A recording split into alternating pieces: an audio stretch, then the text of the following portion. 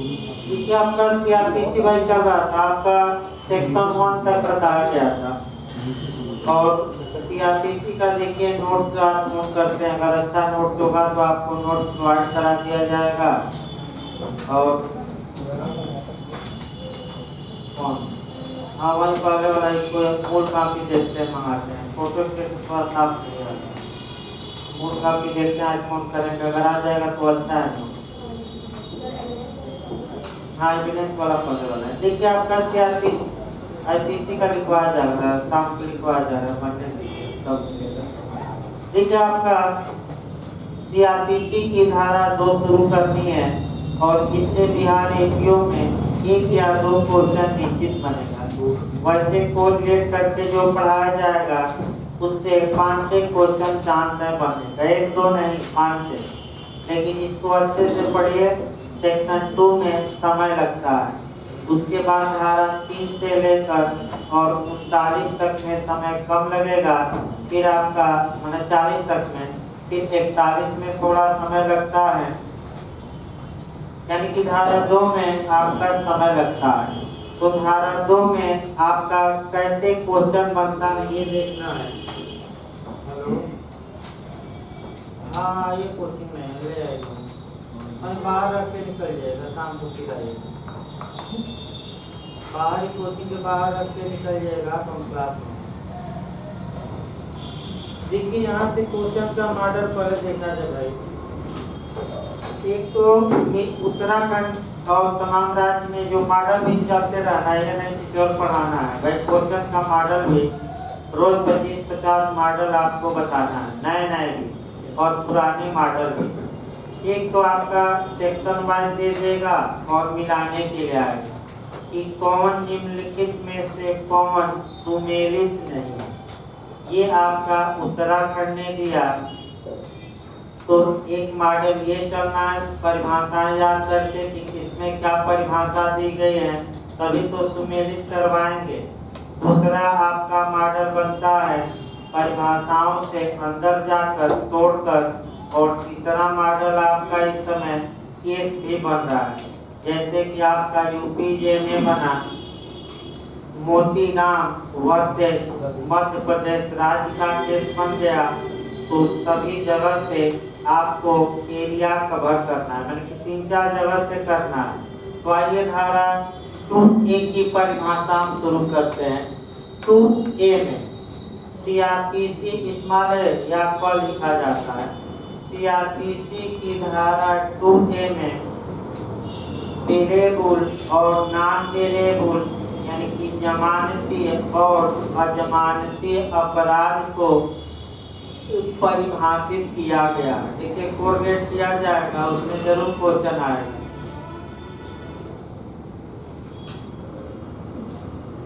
आइए भाई जल्दी आप लोग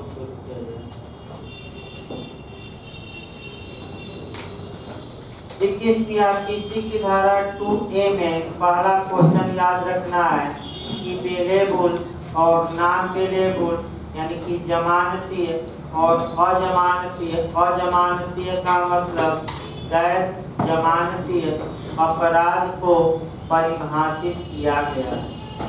जमानती अपराध की क्या परिभाषा दी गई है, गैर जमानती या अजमानती की क्या परिभाषा दी गई है। इसके पहले आपका पहला प्रकार हुआ कि जमानत के लिए अपराधों को कितने वर्गों में बांटा गया है, तो एक पेलेबुल और दूसरा नाम। पहले एक लाइन जानना है कि जमानत क्या है, तब तो जमानती अपराध देखा जाए। जहाँ तक बेल या जमानत की बात है, अब ऐसा भी मॉडल बन रहा है कि जमानत शब्द को सीआरपीसी की किस धारा में परिभाषित किया गया है। तो आप क्या बताएंगे, बताइए, ऐसा मॉडल यूपी ने बनाया। जमानत शब्द को सीआरपीसी में परिभाषित नहीं किया गया, याद रखिए नहीं कि मार दीजिएगा। तो जमानत होती क्या है, किसी अभिरक्षाधीन कैदी की इस शर्त पर रिहाई कि वह न्यायालय द्वारा आहूत किए जाने यानी कि बुलाए जाने पर निश्चित समय दिनांक और आपका तिथि को क्या करेगा, हाजिर होगा। इस शर्त पर उसे क्या दी जाती है, जमानत। यानी कि कोई अभिरक्षाधीन व्यक्ति है उसको मुक्त कर दिया जाता है, लेकिन ऐसे नहीं कंडीशन लगाकर कि जब जब न्यायालय बुलाएगा क्या करते रहना, हाजिर होते रहना। तो जमानत के उद्देश्य के लिए आपको अपराधों का दो वर्ग है, एक जमानती और दूसरा अजमानती। तो अब पूछा जाता है जमानती अपराध कौन होगा, दूसरा अजमानती अपराध कौन होगा। तो 2A की परिभाषा देखनी है। जमानती अपराध वह होगा जिसे प्रथम अनुसूची के तहत जमानती बनाया गया है या किसी अन्य तत्समय प्रवृत्ति विधि के तहत, यानी कि किसी अन्य विधि के तहत जो भारत में लागू है उसके तहत जमानती क्या किया गया है, दिखाया गया। यानी कि या तो प्रथम अनुसूची में जमानती बना दिया गया या किसी अन्य तत्समय प्रवृत्ति विधि के तहत उसे जमानती दिखाया गया है। और अजमानती अपराध अगर पूछे तो अजमानती अपराध की बेरंग की परिभाषा भी चल रही है। अजमानती अपराध से कोई अन्य अपराध अभिप्रेत। अब आप लोग बताइए क्या इस परिभाषा से आपके दिमाग में कुछ भी नहीं आया होगा, ये परिभाषा कहना क्या चाहती। तो इन्हीं शब्दों को चीर फाड़ करना है, यानी कि इन्हीं शब्दों का पोस्टमार्टम करना है और अंत में जमानती और अजमानती में जो नया मॉडल आ रहा है अंतर जानना है। लेकिन एक एक शब्दों को देखिए। अर्थात जमानती अपराध वह होंगे जिन्हें प्रथम अनुसूची के तहत जमानती बना दिया गया। यदि हम CRPC की जब आप 484 धाराओं के बाद देखेंगे तो CRPC में 2 शेड्यूल हैं, 2 अनुसूचियां हैं, प्रथम और द्वितीय। प्रथम अनुसूची में IPC की धाराओं का उल्लेख है और उन धाराओं के आगे ये लिखा गया है कि ये अपराध जमानती होगा कि अजमानती। यानी कि जमानती कौन सा अपराध जमानती है, कौन सा अजमानती है, इसका निर्धारण प्रथम अनुसूची के प्रथम खंड से होगा जो केवल IPC के लिए। तो जब और आपका यानी कि इसका मतलब ये हुआ कि जिन अपराधों को प्रथम अनुसूची में बेलेबुल बनाया गया है वही अपराध बेलेबुल ऑफेंस हो। इसका मतलब है अब प्रथम अनुसूची में आपका, लेकिन अन्य तत्समय प्रवृत्ति विधि का मतलब हुआ स्पेशल लॉ या लोकल।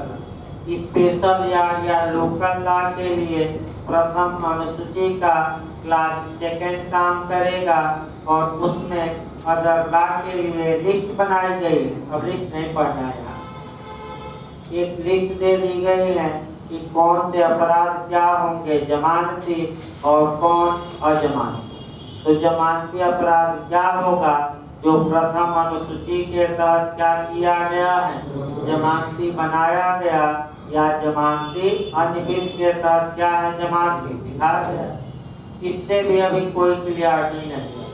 तो आखिर जमानती अपराध होते क्या है, सामान्य भाषा में समझे, कानूनी नहीं। जमानती अपराध वह अपराध होते हैं जिसमें जमानत पाना अभियुक्त का अधिकार होता।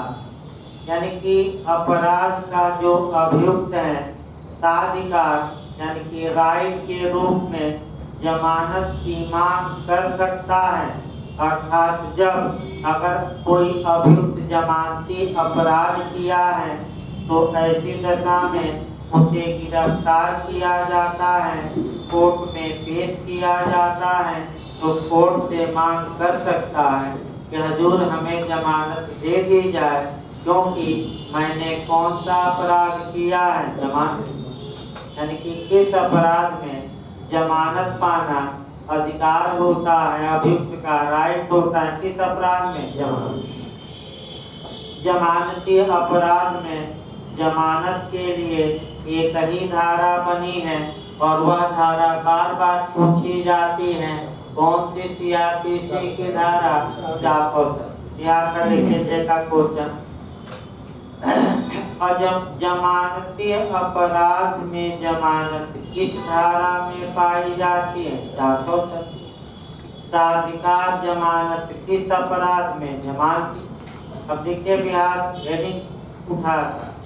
और जमानती अपराध से भिन्न अपराध में जमानत किस धारा में, तो हम वाक्य समझिए, यही बात आएगा। और जमानती अपराध से भिन्न अपराध में जमानत किस धारा के तहत मांगी जाती है, तो अजमानती से भिन्न मैं बता रहा हूँ। तो कौन सा अपराध, इसका मतलब जमानत। तो जमानती इसका मतलब कि अजमानती से भिन्न, समझिए बिहार जेल में आ चुका है, गलत करके लोग आ गए।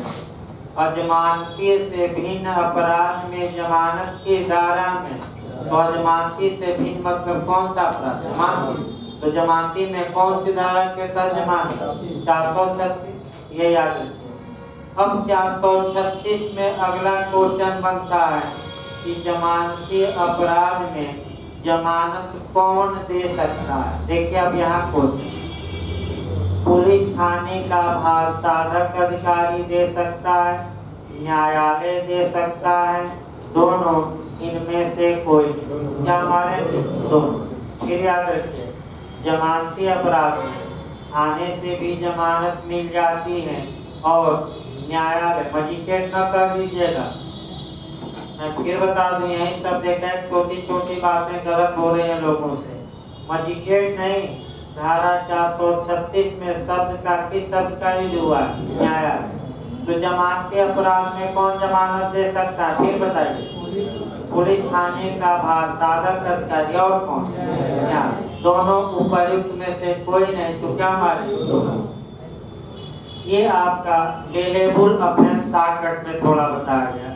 दूसरा जो अपराध का उल्लेख किया गया है वह आपका जमानत के लिए है नॉन बेलेबल ऑफेंस, यानी कि गैर जमानती या अजमानती अपराध। अजमानती अपराध को 2A में परिभाषित किया गया है, लेकिन एक लाइन केवल लिख दिया गया है कि अजमानती अपराध से कोई अन्य अपराध अभिप्रेत है।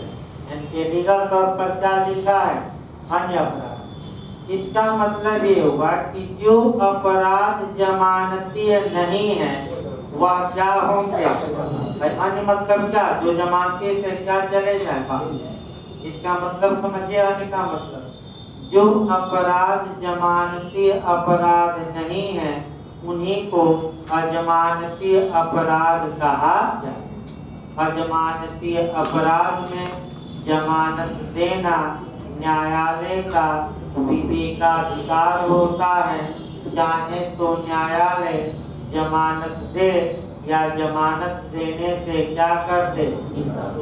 तो किस में अधिकार है, किस में विवेकाधिकार है, जमानती में क्या अधिकार मांगना, और किस में न्यायालय का विवेकाधिकार हो गया। अजमानती अपराध के लिए भी वही नियम चलेगा। जिन अपराधों को प्रथम अनुसूची में अजमानती बनाया गया है वही अपराध अजमानती अपराध होंगे, यानी कि लिस्ट दी गई है। ज्यादा देखना तो आप लिस्ट में कौन जमानती है कौन अजमानती लिस्ट पढ़ सकते हैं।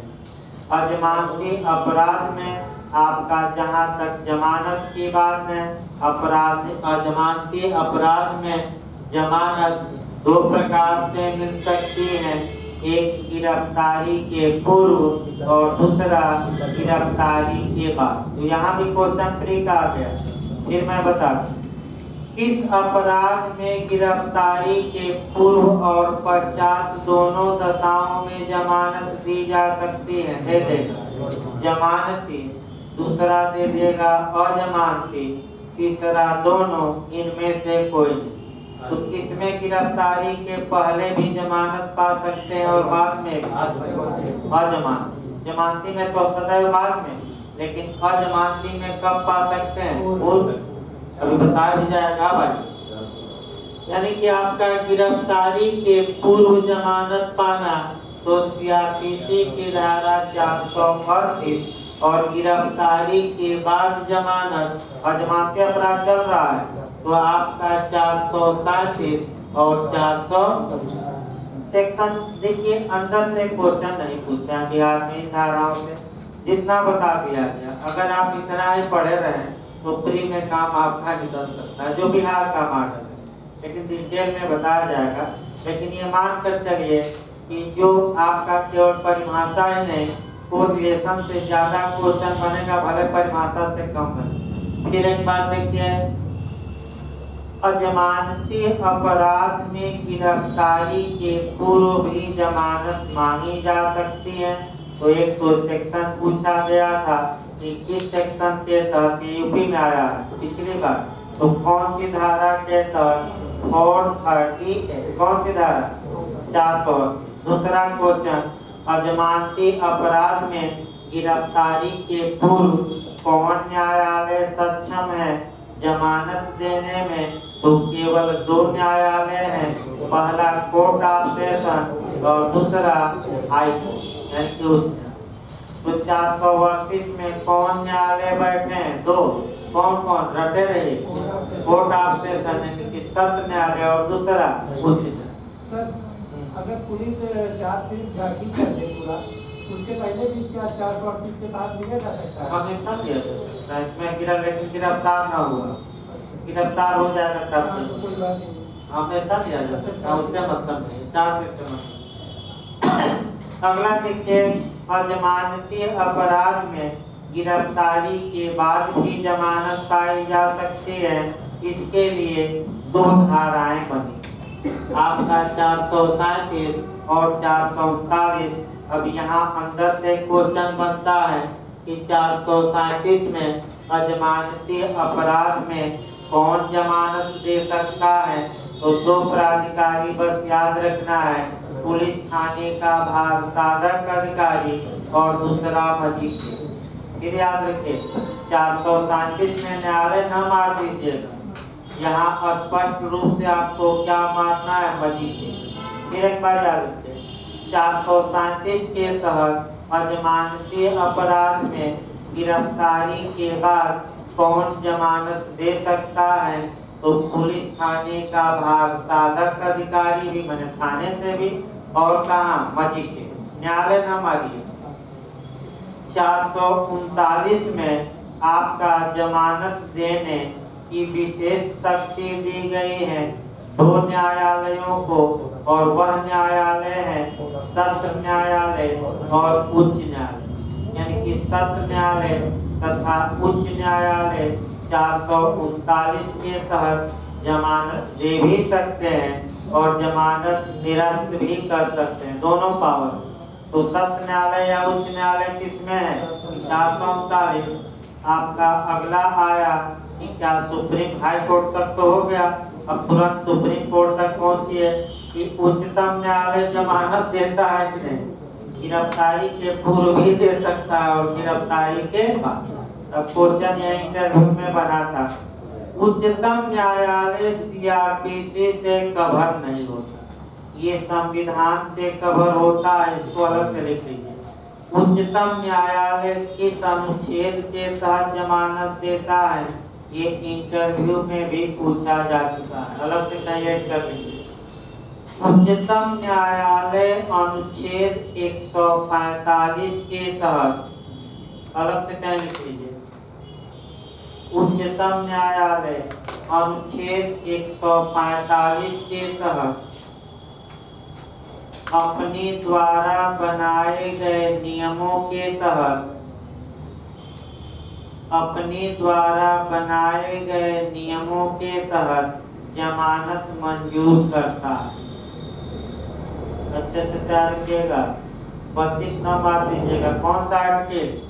145। आइए अब आपका देखा जाए जमानती और अजमानती में अंतर। देखिए आपका चूंकि समय कम है तो मैं बता दूं भाई डायलॉग को, जो मुख्य पॉइंट है वही बताए जा रहे हैं, फालतू चीजें न पढ़ा जाए क्योंकि समय कम है। और पहली वरीयता इस समय होनी चाहिए कि छल बल कर, यानी कि हर एक प्रकार से तैयार करके, अब ये नहीं कि कानून में जोड़ लीजिएगा, पहले 7 फरवरी को जो एग्जाम बिहार का है एपीओ का चलेगा नहीं, अब ये भी याद रखिए, उसको फतह किया जाए किसी भी हाल में।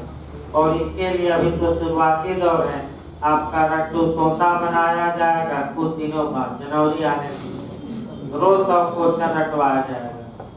तो देखिए आपका आगे अंतर से क्वेश्चन बनता है और अंतर से सटीक अंतर, आपका अंतर सबसे पहले जो यूपीजे में बना था उसी केस को उठाया जाए। मोती राम बनाम मध्य प्रदेश राज्य का केस किससे संबंधित है? जमानत। पहला क्वेश्चन ये यूपीजे में मॉडल बना था।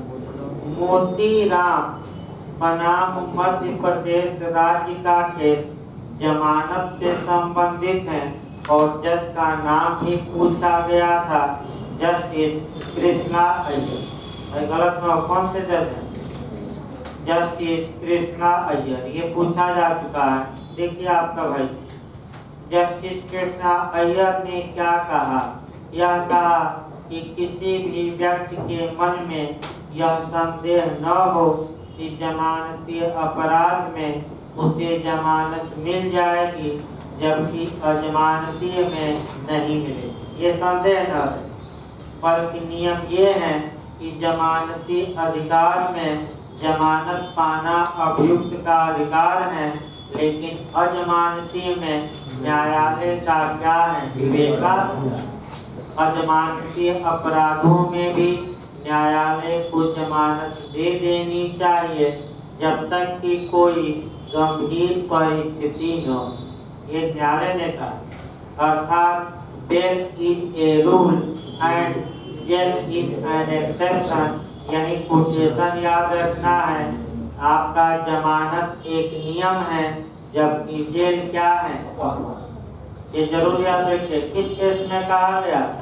मोतीराम। किस जज ने कहा? और ये केस किससे संबंधित है? जमानत।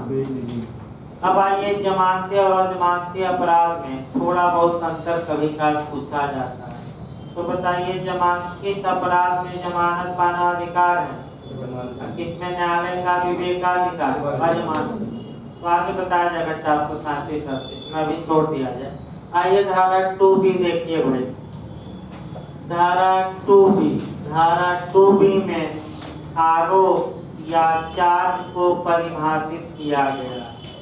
आरोप या चार्ज, इसको भी आपका डिटेल में अभी शॉर्टकट में चलेगा, डिटेल में आपका पढ़ना है 2 से 11 से। चार्ज या आरोप को परिभाषित किया गया है। आरोप न समझना है तो लिख लीजिए दोषारोपण, इल्जाम लगाना, उसको लिख लीजिए इल्जाम लगाना या दोषारोपण करना, आसान भाषा में लिखते रहिए। इल्जाम देखिए इल्जाम कौन कौन लगाता है भाई। एक तो जैसे कि मान लीजिए प्राइवेट व्यक्ति इल्जाम लगा सकता है कि तुमने ही चोरी की है। एक पुलिस इल्जाम लगा सकती है कि तुम ही चोरी किए हो। और एक इल्जाम कौन लगाता है? न्यायालय। तो जब न्यायालय इल्जाम लगाए तो उसी को चार्ज या क्या कहते हैं? आरोप। अब 2 बातें आपको समझनी है। आरोप पत्र या चार्ज शीट अलग होता है और आरोप अलग होता है। चार्ज शीट या चालान शीट या आरोप पत्र पुलिस द्वारा मजिस्ट्रेट को भेजा जाता है, जबकि आरोप का निर्माण न्यायालय द्वारा किया जाता है, पुलिस द्वारा नहीं। तो चार्ज शीट कौन भेजती है? भिजवाया जाएगा, 2 बार पढ़ा जाएगा। तो कौन भेजती है? पुलिस। और आपका कह सकते हैं कि चार्ज कौन लगाता है? तो चार्ज जब भी पढ़िए, चार्ज है क्या, तो आपका अगर कानूनी भाषा में देखा जाए तो यदि आरोप में एक से अधिक शीर्ष हैं तो कोई भी शीर्ष चार्ज के अंतर्गत आता है। इस परिभाषा से कोई खास मतलब नहीं निकला। क्या इस परिभाषा से कोई आपको दिख रहा है कि मतलब निकल रहा है खास? यानी कि चार्ज को स्पष्टता कह सकते हैं कि परिभाषित न करके ये बताया गया है यदि आरोप में एक से अधिक शीर्ष हैं तो कोई भी शीर्ष आरोप के अंतर्गत आता है। तो आखिर आरोप होता क्या है? और बहुत 4-5 पॉइंट बहुत महत्वपूर्ण है जो लगातार झारखंड से लेकर यूपी बिहार तक आते हैं, वहीं लिखवाऊंगा मैं स्पष्ट रूप से। देखिए, आपका चार्ज मतलब दोषारोपण करना। इसका मतलब ये हुआ कि प्राकृतिक न्याय का यह सिद्धांत है कि आडि अल्ट्रम परटम, यानी कि दूसरे पक्षकार को भी सुना जाना चाहिए। ऐसी दशा में तो जब अभियुक्त पर जिस अपराध का इल्जाम लगा है तो न्यायालय उस इल्जाम को अभियुक्त को बताता है और ये बताता है कि तुमने कब अपराध किया, किस समय किया, किस वस्तु के खिलाफ किया या किस व्यक्ति के खिलाफ किया। ये सब कुछ साफ साफ किसको बताया जाता है? अभियुक्त। यानी कि आरोप का मतलब कि दोषारोपण, कौन दोषारोपण करता है? न्यायालय। और अभियुक्त के काले कारनामों को उसको बताया जाता है। इसी को आरोप कहते हैं। आरोप के विवेचन से ही ट्रायल शुरू होता है। तो इंटरव्यू का क्वेश्चन है कि जांच कौन सी कार्यवाही न्यायालय की जांच है और कौन सी कार्यवाही विचारण या ट्रायल है, इसको कैसे पृथक किया जाता है? तो वह चार्ज ही है जहां से ट्रायल और इंक्वायरी को क्या किया जाता है? चार्ज के निर्माण के बाद की कार्यवाही विचारण में आएगी और चार्ज के निर्माण के पहले की कार्यवाही जांच। ये याद रखें। तो क्वेश्चन यही बनता है कि ट्रायल कहां से शुरू होता है? तो आरोप के निर्माण से ही विचारण क्या होता है? शुरू। कुछ मामलों में जो आरोप का निर्माण होता है वह लिखित में और व्यापक होता है और कुछ में लिखित में नहीं होता।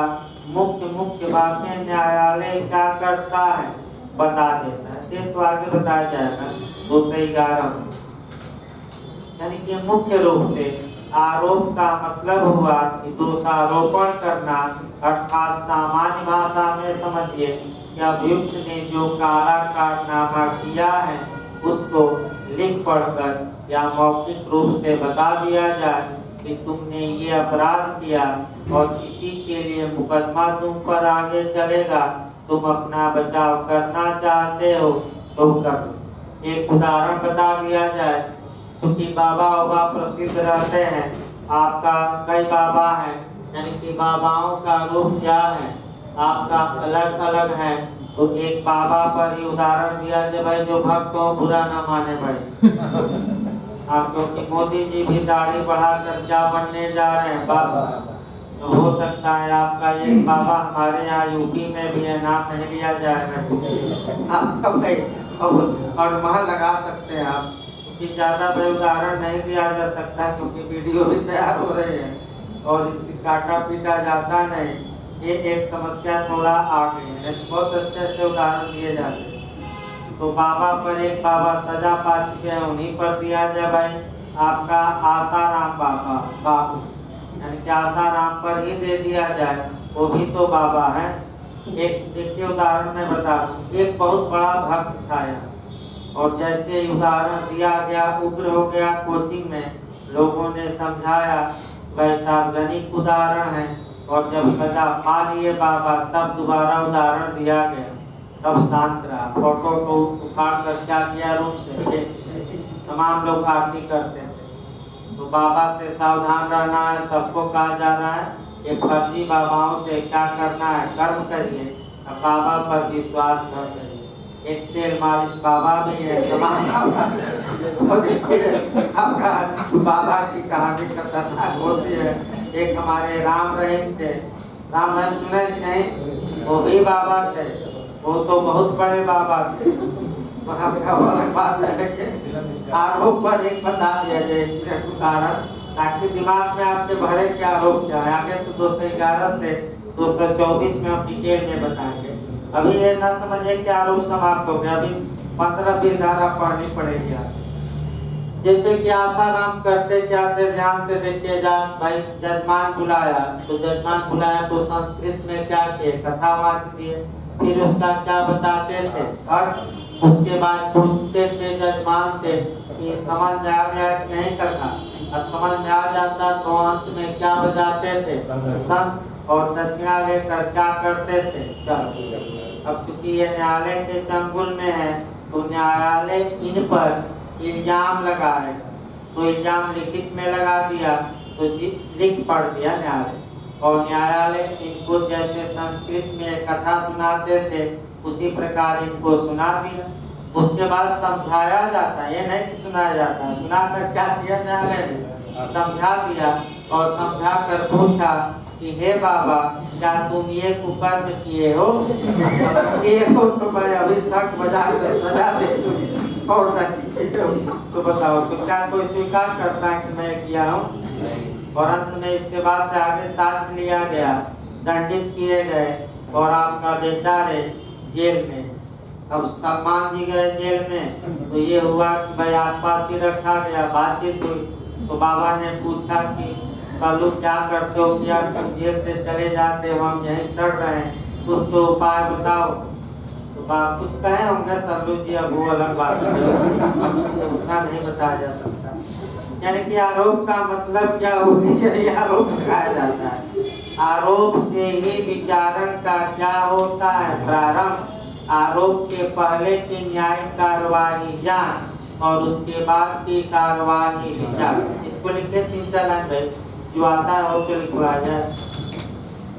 देखिए आरोप का विवेचन न्यायालय करता है, 4-5 में लिखे, आरोप का विवेचन न्यायालय करता है। ये पूछ सकता है कि पुलिस करते हैं कि न्यायालय, न्यायालय। विवेचन में निर्माण हुआ भाई, प्रेम कहा जाता है ना, है तो लिख लीजिए, लीगल भाषा में लिखवाया जाता है। अगला लिखिए, आरोप से विचारण शुरू होता है। आरोप के निर्माण से विचारण शुरू होता है। ट्रायल, ये इंटरव्यू में भी पूछा गया है और झारखंड में भी,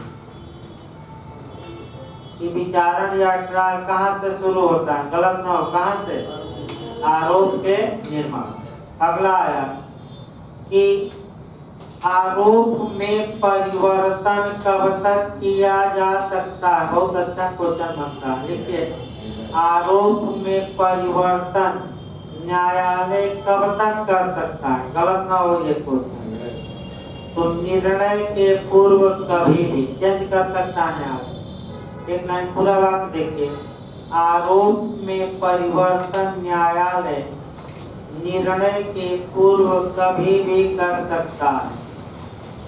अंडरलाइन करिए, निर्णय के पूर्व, ये आपका 7-8 बार क्वेश्चन मिलेगा। लिखिए, अगला लिखिए। अब ये पूछा जाता है कि किस विचारण में आरोप लिखित में होगा और किसमें लिखित में होना आवश्यक नहीं। ये अच्छा क्वेश्चन बनता है। लिखिए, सत्र न्यायालय तथा, अगला पॉइंट लिखिए, सत्र न्यायालय तथा वारंट मामलों का मजिस्ट्रेटों द्वारा, लिखिए भाई, देखिए फिर एक बार सुनिए, सत्र न्यायालय तथा मजिस्ट्रेटों द्वारा वारंट मामलों के विचारण में, वाक्य सुधार कर लीजिएगा भाई, ये भी कई बार क्वेश्चन आ चुका है। सत्र न्यायालय तथा मजिस्ट्रेटों द्वारा वारंट मामलों के विचारण में आरोप लिखित में विरचित किया जाता है, मौखिक नहीं, रिटेन में। आरोप लिखित में विरचित किया जाता है।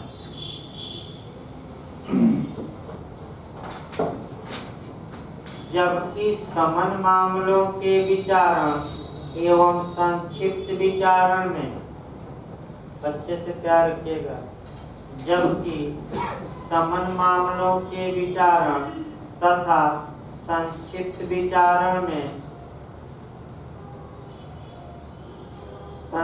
विचारण में आरोप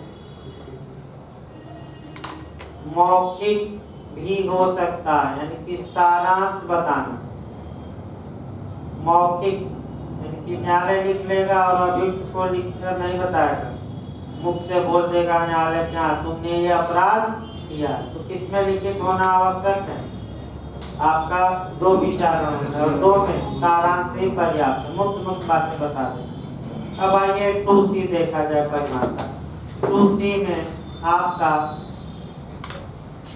जो परिभाषा दी गई है, कॉग्निजेबल ऑफेंस, संज्ञेय अपराध, संज्ञेय अपराध और संज्ञेय मामला। देखिए यही क्वेश्चन फंसा दिया था आपका झारखंड में। देखिए संज्ञेय अपराध, कॉग्निजेबल ऑफेंस, संज्ञेय का शाब्दिक अर्थ पहले लिख लीजिए, मैं लोग ना है तो गंभीर, सीरियस। अगर ना आए तो आप संज्ञेय को लिख लीजिए गंभीर अपराध। देखिए आपका पहला क्वेश्चन क्या बनता है कि किस अपराध में पुलिस किसी व्यक्ति को वारंट के बिना गिरफ्तार कर सकती है? संज्ञेय अपराध में, असंज्ञेय में, दोनों में, इनमें से कोई नहीं। तो किसमें वारंट के बिना गिरफ्तार कर सकते हैं? संज्ञेय। किसमें? पहला क्वेश्चन।